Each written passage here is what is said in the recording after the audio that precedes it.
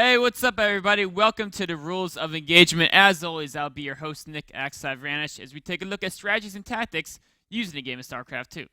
Today, we're going to take a look at a game from the Dallas Winter Championship. Of course, it was a round 1 match between Thorzain and Killer. And take a look at 3 games from that series, games 1, 3, and 4. Of course, game 2 was a pretty crazy game as well, but we're not going to analyze that. If you want to go check it out, that VOD is on youtube.com/official MLGSC2, along with every other VOD that we do here. Of course, after these 3 games, you can do the viewer Q&A. And then, of course, if you want your questions on the Q&A, go ahead and submit them to me on Twitter at @ISAxslav or under a YouTube comment from a previous Rule of Engagement YouTube video. And, of course, if I miss it in this episode, don't worry, because I'll answer your question in the following episode the next day. So starting off, we're going to take a look at Killer versus Thorzain game number 1. We're going to take a look at how to open mech TVZ. And then how to play a late game mech in Terran vs Zerg, and then also from the Zerg perspective, how to properly engage a mech army when it comes time really want to kind of trade off a few units and try to get some damage done onto that mech. So we're going to start off this game at the 8-minute mark, or 6-minute mark, excuse me. And we're going to talk about basically opening mech TVZ. So right now, from Thorzain's point of view, it looks basically, like the same as any build, except the starport's a little bit faster. A lot of times, Terrans aren't really going to starport quite as fast anymore as they do Reaper, Hellion, Widowmine stuff. But, it looks more like a retro Wings of Liberty build, right? And one of the key things about mech TVZ, we'll just fast forward this replay a bit. You open Hellions, same as you would with Bio. You often open Hellions as well to get that map control, see what they're up to. And what's very important is you want to get a couple of Banshees. And the idea is if you have a couple of Banshees and Hellions, there's really nothing the Zerg player can do to threaten you early game, right? If you have one Banshee, a Roach attack can be scary if you delay your additional factories. But if you have several Banshees, there's no reason not to take a very fast third base. I'd even like to see Thorzain take this command center probably even before the second or third factory, and even maybe put it right at the third base. This is something you see like Flash does a lot, and it can be a bit greedy and it's dangerous, but if you make several Banshees, we can see here he's already got 2, he's making a third Banshee. Roaches really shouldn't be a problem. With 3 Banshees, your damage output is enough that, yes, you might have to lift and abandon a third or something, but you should be able to deal with Roaches fine. And, of course, constant Hellion production, you should be able to do fine with the Hellions against Speedings or Banings as well, as long as you don't lose your first units. So this is the one thing. Thorzain went for that run-by and tried to be a little bit aggressive, and that can be a little bit problematic, because it's not like it was bad, right? Like, units lost, it was slightly disadvantageous. But the real disadvantage is that it makes him weaker against a potential attack, so he has to play more conservatively and leave his third base at home. So ideally, you don't lose too many of your early units. You get several Banshees and Hellions, and you can take your third very, very fast as mech. That's one of the key things, because you need to get those 6 gases up as soon as possible. Now, of course, on a Zerg side against mech, ideally in Heart of the Swarm, what's really good against mech is, of course, getting Swarm Hosts. But, even at this point in time, right, if you take a look at Killer, he's just now recently discovered with this Overseer that it's exactly its mech. He might have suspected it with the early Banshees, but now he knows this for sure. But he already got some Roaches to defend early, and he's deciding instead of going Swarm Host, he's going to try to rush out Vipers, which is another way to deal with mech. Most top players nowadays agree Swarm Hosts are the best way, but as a mech player, this is still a great replay, because a lot of Zerg players either won't realize they're going mech until they've already gone Roach Hydra, which is a fairly common composition in Zerg vs Terran now. Not the most common, but it's reasonably common. And then, and also, there's a lot of Zergs who won't even use Swarm Hosts against mech. Even some Zergs, specifically maybe the top ones, like Swarm Hosts. But there's a lot of Zergs who will just go Roach Hydra, because Roach Hydra with Vipers can be a great counter to mech as well. So then when you get into the late game, we take a look at Thorzain's point of view, playing mech Terran vs Zerg. And one of the key things to keep in mind is what's the biggest threat to your mech play.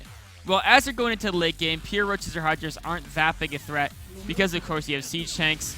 And in reasonable position, Siege Tanks should defend and attack without a problem. Now, what is a problem, though, is the Vipers. Whether or not you're facing Swarm Hosts. Like, even versus Swarm Hosts, the Swarm Hosts alone, you can kind of deal with. But then it's when they add Vipers to the Swarm Hosts. Vipers are always the biggest problem. So, as a Terran player, that's when you want to do exactly what Thorzain's doing. You start building up some Vikings because you anticipate Vipers as a threat, and you get Widowmines. And, in fact, you even get the range upgrade to the Widowmines as well. These 3 things are very, very key because Vipers are very gas-heavy. And if you have range missile turrets and Vikings in front of your Siege Tanks, it's going to make it much, much, much more difficult for the Vipers to pull off those abducts or on any of your important units. yes, you know, when your Vikings shoot the Vipers, they can abduct a couple. But if you're trading a couple of Vikings for a couple of Vipers, that's a very good trade for you because Vipers are so much more expensive. So when you're playing late game and you're moving out with mech, even you're playing turtle style or whatever style you're playing, make sure to get the Viking force and the missile turrets. They're both very, very important. If you have a small force, you don't have the missile turrets correctly positioned, you don't have enough Vikings, you can really, really be picked apart by Vipers. So we can see that. If you look at everyone's point of view here, we'll fast forward just a few minutes here. You can see what Killer can do here with these Vipers if you're not exceptionally careful when playing against a mech composition. So first he sends in a changelings to discover what defense is there, and then look at that. He can snag all those Vikings there, and the reason why he could snag those Vikings is because there weren't missile turrets in front of them, and or there weren't enough Vikings clumped up in a tiny dot to where they could really kill the Vipers as fast as the Abducts can go. And again, grabbing a tank there. It's very difficult to combat Vipers in mech. It's possible, but the key things, of course, are, again, the missile turrets a little bit more in front and a sizable Viking count. And if you keep the Viking count in a very small dot, then of course you can deal with the mech a little bit better. And because you know the Viper's execution has been very, very good, we see Killer getting himself a small lead. But it's not game over by any means, right? Thorzain's maxed out with a great mech army. He's got Ravens on the way. He's still in great shape, and now he has enough Vikings that if these Vipers come forward to try to pull abducts, yes, he'll get some abducts, but he'll be losing Vipers for it, and that's a trade to Terran wants. I mean, as long as you don't let like a Thor get abducted or anything too huge here, or you don't spread your Vikings too much, right? We can see there Thorzain had the Vikings spread a bit too much. Two of them got abducted, and the rest couldn't return fire because they weren't in that nice little clumped up little ball. So now we're getting to the point from the Zerg point of view, where Killer, you know, he doesn't have the ideal army where it's either mass Ormos, mass Breed Lords, even maybe Ultralists can be okay at breaking this. He's stuck with a lot of Hydralists and Vipers, and he can be annoying. He can pick away at a couple units here and there. But now he's got a large bankroll because he's been expanding so aggressively, and he's done a pretty good job of defending these expansions. You can see here he's going to cut down here and defend this space from the Helling run by. You know, losing a few drones for Helens is really not a win for either player. You're just trading minerals. And both players have plenty of extra minerals, so it's not a big deal. But what's really important here is from Killer's point of view, what's going to determine the game is what he can accomplish with this army, right? This army of primarily Hydralists is not particularly useful. But what's important is that he finds a way to not just suicide it all. Because yes, he has a good bankroll, but Broodlords and Ultras are insanely expensive. If he does no damage to Thorzain's army and loses all of his Hydralists, he's going to be significantly behind. Thorzain can push out and take out a base or two, establish more map control, before Killer can really remake that insanely powerful army. So he wants to find a way to punish Thorzain, basically find a way to get an angle to Hydralists where he can fight. So this is where we're going to take a look and think of it from Killer's point of view. So we're going to jump into the full map view and talk about a few things. So Killer, of course, has done a great job scouting. And he says, what's really going to determine the game at this point is what I can do with these Hydralists. Can I do enough damage that I can replace it with Broodlords and he's still struggling to replace whatever I've killed? Or are my Hydralists all going to be flushed on a toilet and then I'm rebuilding an army and he has that moment to retake a section of the map and equalize the game? So first, you have to look at your opponent's force layout, right? So he says, okay, Thorzain has basically tanks all around this area, right? And they're really spread out. They're like dotted all over the place. A whole bunch of great defensive tank barrier right around there, right? And then he wants to think, how can I launch an attack on this type of formation, right? Well, if you want to engage entire tank army, you want to strike from as many angles at once, right? This is the standard approach, right? You go boom, you go boom, you even have a few units through the middle, attack from here, right? Attack from as many angles as once to reduce the area of effect if you want to take on the entire tank army. And this is actually where a lot of Zergs go wrong here. A lot of Zergs. In fact, this is probably what you're thinking. Let's just do this and see how much we can kill. Well, the reality is, with Widow Mines, he's even got a planetary fortress in the middle there, a lot of tanks. Doesn't matter how many angles you attack. If you're on pure Hydras, the Vipers will get massacred trying to get in there to cast the Blinding Clouds and Abducts. So you really don't want to lose those. You're going to get slaughtered no matter how many angles you come in here from, right? So if you're thinking about it, don't do these, right? Don't do any of these attacks. Because if you try to fight all the tanks, it's not going to work with pure Hydra. So, wait a minute, does that mean you just can't do anything? No. What you can do is, if you know they're spread out, if you want to fight the whole army and annihilate it, yes, do the mass attack. But realizing that's not a feat you can do, what you want to do is strike from a single angle, right? This is really where you want to go from, right? All the way right here. Your whole army. Big arrow heading down that way. And why you want to do that is because, yes, you're not going to kill the whole tank force. What you can do is you can scratch off a little bit of it and then either retreat and be happy that you traded some for some, or you can even come around here and try to, you know, do some base racing or something. So that's exactly what Killer does here, right? He says, okay, there's no way I can take this army heads up. Even if I hit from a billion angles at once, there's too many Widow Mines and missile turrets to prevent the Vipers from getting in. I can't assault this formation. I do, though. I do want to trade away some of my Hydralists so I can replace them with Broodlords and better units. So what I'm going to do is I'm going to attack at a portion of it. And yes, if I try to come in too far, if I overcommit, it's going to be bad. What I can do is I can trade some Hydralists for some command centers, for maybe a Thor, maybe a few Widow Mines, trade some for some, and then back away, and then I can make the really good army. So you see here, he pushes in a bit, trades off some units.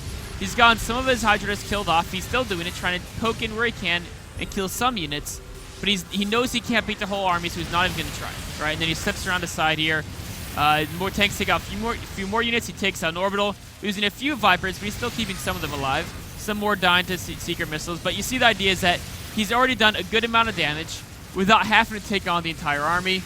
And now with all these Hydras that are going to die, and actually the Vipers are probably going to fall as well, that's where he can replace it with these Corruptors, right? Corruptors, Broodlords, and as we just fast forward us over here, over the next 2 minutes, because this damage was enough that Thorzain is taking his time to rebuild a situation instead of pushing out and killing these two bases.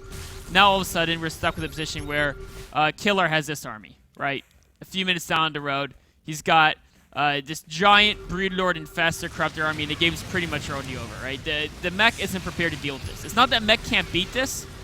It's that Thorzain was too busy replenishing his losses to try to counter the next step of Killer. To counter this next step, he needed a bunch of Ravens, a couple more Thors, and a bunch of Vikings, right? Maybe even, I mean, if you get Battle Cruisers, that'd be ideal, but Ravens are great against this Raven Viking. But unfortunately, he couldn't get enough of that up in time. He was able to get a small amount, but not nearly enough, and of course, he gets overrun here.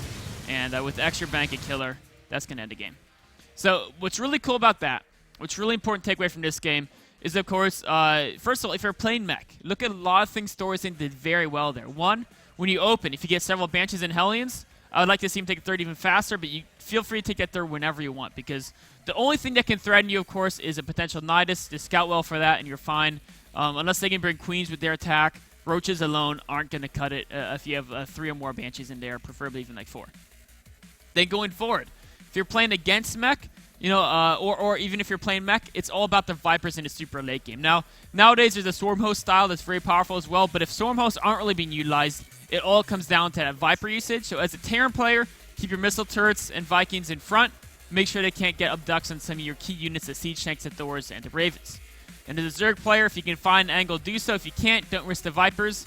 And then there comes a point in time as a Zerg player, you want to replace your army with either Pure Ultras if they have a lot of Vikings Ravens, or if they have a little bit amount of Vikings Ravens, replace it with, of course, the Broodlord and Corruptor Force. That's when you want to find a way to trade efficiently. If you think you can take on their whole army, do the multi-angle attack. If you don't think you can take on the whole army, do exactly what Killer did there. Attack from a single angle, pick off a little bit of damage. You know, even if you're killing buildings, it's fine. As long as you do enough damage to keep the Terran busy while you replace your force, that's really your entire goal there. Killer did it perfectly, and that's exactly why I won that game. So after this analysis of game number 1 between Killer and Thorzain, take a short break and be right on to game number 3.